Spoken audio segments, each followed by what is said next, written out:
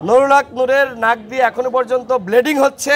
আমি আপনাদের সামনে কথা বলার আগে একটা ছবি আপনাদেরকে দেখাতে চাই। আমি জানি না আসলে সবাই এই ছবিটা দেখতে পারবেন কিনা। এটা নুরুল হক নূরের ছবি।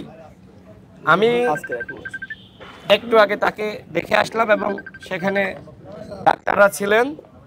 আমি যখন তার সাথে একটু কথা বলার চেষ্টা করব, তখনই এই যে দেখতে পাচ্ছেন আপনারা, আমি যদি একটু জুম করে দেখাই, তার নাক থেকে এই ব্লাডটা বের হলো, মানে যে জমাট বাঁধা ব্লাড সেটা তার নাক থেকে বের হলো।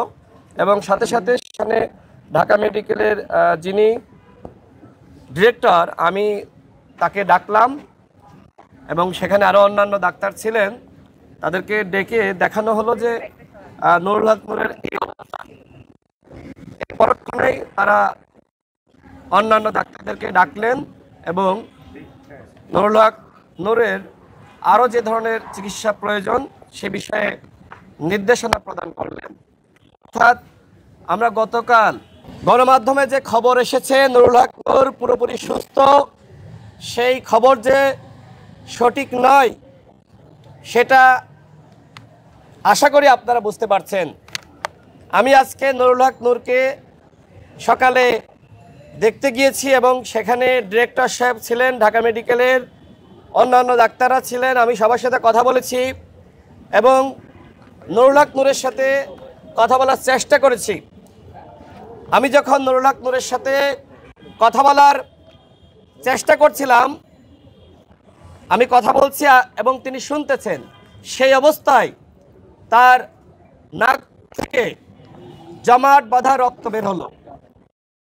গণমাধ্যমে যে খবর প্রচারিত হয়েছে নুরুল হক নূর পরিপূর্ণ সুস্থ, সেই খবর আসলে সঠিক নয়। নুরুল হক নূরের নাক দিয়ে এখনো পর্যন্ত ব্লিডিং হচ্ছে। আজকে আমি নুরুল হক নূরের সাথে যখন কথা বলতে যাই, সেই অবস্থা আমি নিজে দেখেছি এবং সেটির ভিডিও ফুটেজ আমার কাছে রয়েছে। নুরুল হক নূরের চোখের নিচে এখনো পর্যন্ত আঘাতের চিহ্ন, তার দুই মাড়িতে প্রচণ্ড পরিমাণে ব্যথা, তিনি কথা বলতে পারছেন না এবং একই সাথে তার মগজের উপরে যে হাড়, অত্যন্ত নরম হাড়, সেই নরম হাড়েও আঘাত লেগেছিল, সেটি ক্ষতিগ্রস্ত হয়েছে। নুরুল হক নূর এখনো পর্যন্ত তিনি পরিপূর্ণভাবে সুস্থ হননি।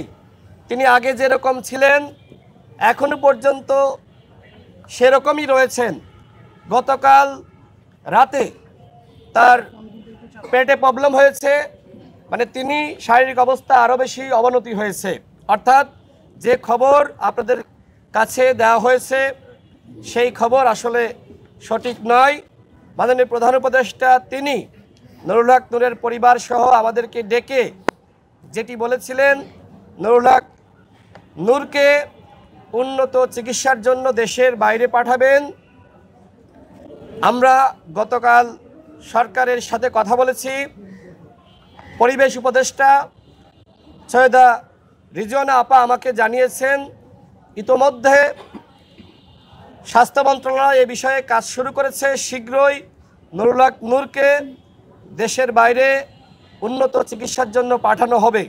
আজকে আমি নিজে নুরুল হক নূরের যে অবস্থা দেখেছি, এতে করে মনে হচ্ছে পরিকল্পিতভাবেই হত্যার উদ্দেশ্যে সেনাবাহিনীর কতিপয় সদস্য এবং পুলিশ বাহিনীর কতিপয় সদস্য পরিকল্পিতভাবে নুরুল হক নূরকে টার্গেট করে হত্যার উদ্দেশ্যেই এই ধরনের হামলা চালিয়েছে।